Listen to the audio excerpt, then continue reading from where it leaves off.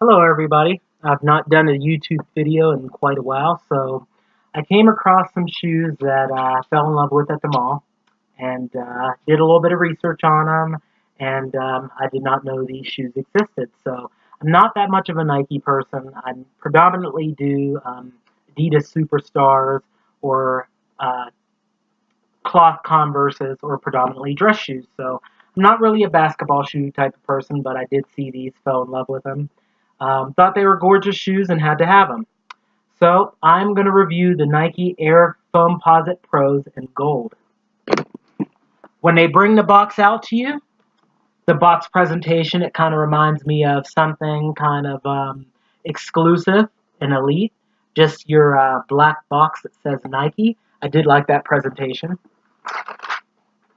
You have your regular Nike paper, and it says Nike on there, and it's real subtle. Then you open them up. It's presented real nice, of course. And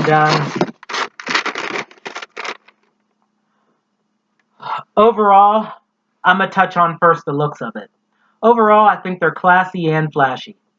I think that they can appeal to all walks of life. But if you like that flash, you like that gold, these shoes are definitely for you. Nike also did some excellent accenting on them. Like the tips of the laces have the gold at the end. I thought that was a nice, subtle accent that they did to it. The tongue of it has the white and gold stripe going all the way up. I thought that was a nice piece. I thought that was a nice accent to it as well. Tongue on it says Air. You can't see it over the laces. And these shoes, they kind of look it kind of looks holographic, except for the Nike swoosh. The Nike swoosh is like a high polished gold. Bottom of the shoe, I've worn these all day, so mine are a little dirty. White swoosh, black bottoms. They're not clear like some of the foams have been in the past. Back of it has a gold Nike swoosh and cloth. This is mesh back here as long as the tongue is, and it says Foamposite on the back. So next I'm going to touch on fit and finish.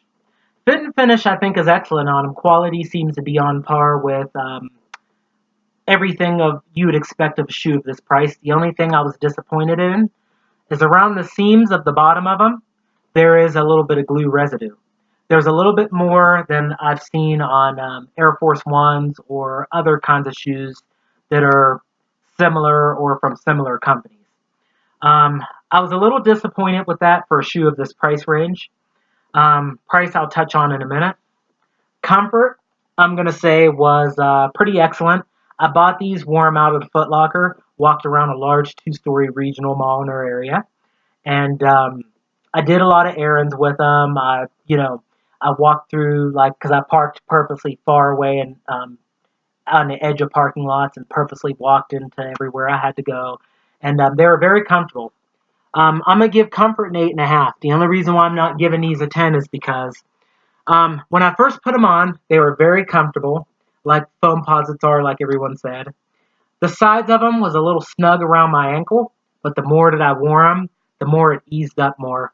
Foams, and any shoe basically, you need to wear them, break them in a little bit. Foams do form to your feet. So by the end of the day, I got done wearing them. I came into my house. Most of the time, the first thing I do is take off my shoes. I did not want to take these off. That's how comfortable they were. The side pressure I was feeling on the ankle had basically subsided. So basically, I'm going to give these shoes, like I was saying, like an 8.5 on comfort.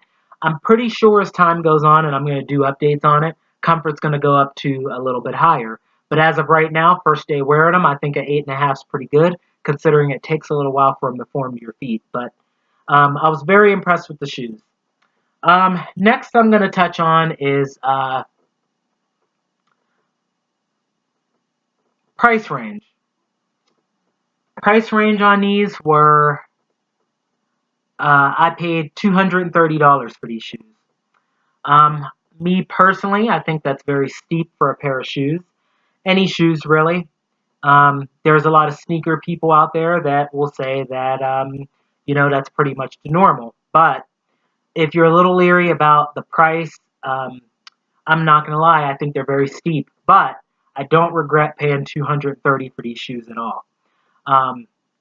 They're very comfortable. They're very attractive. They're very pretty, and they're comfortable shoes at the same time. Um, I sometimes, whenever I've bought expensive things, I kind of regretted it later. These I didn't. You probably would have to kill me to get these shoes from me. So that's how much I like them, and I normally don't say that about a pair of shoes. So um, the only thing I think that needs improvement is Nike in the future needs to be careful with quality control. Some of the glue around those seams and edges. It's not too bad, but it's just something that the owner would notice upon taking them out of the box and putting them on every day. It's not something that someone's going to notice on your feet. So let's just get that out the way now. One more thing I'll add. There's one of my dogs. I did take one of my dogs for a short run. So I did run in them briefly. They're by no means running shoes. They're basketball shoes. Again, very comfortable to even do that in. So I will leave you at that note, but my overall summary of them is very expensive, exceptionally comfortable, flashy, and attractive shoes. Um, I don't think you'll regret buying these, and they do fit true to size. To me, they weren't too small or too large. I'm going to say that they're basically a shoe or a glove for your feet. So if you had any doubts about them, I would say don't. Just pick them up if you can afford them. And that's about all I'd say about these. So I look forward to getting a lot more use out of them. I'm going to wear them into the ground for this price range, and hopefully everybody else enjoys them and everything like that. So have a good day, everybody, and I hope you enjoy your shoes. Thank you very much.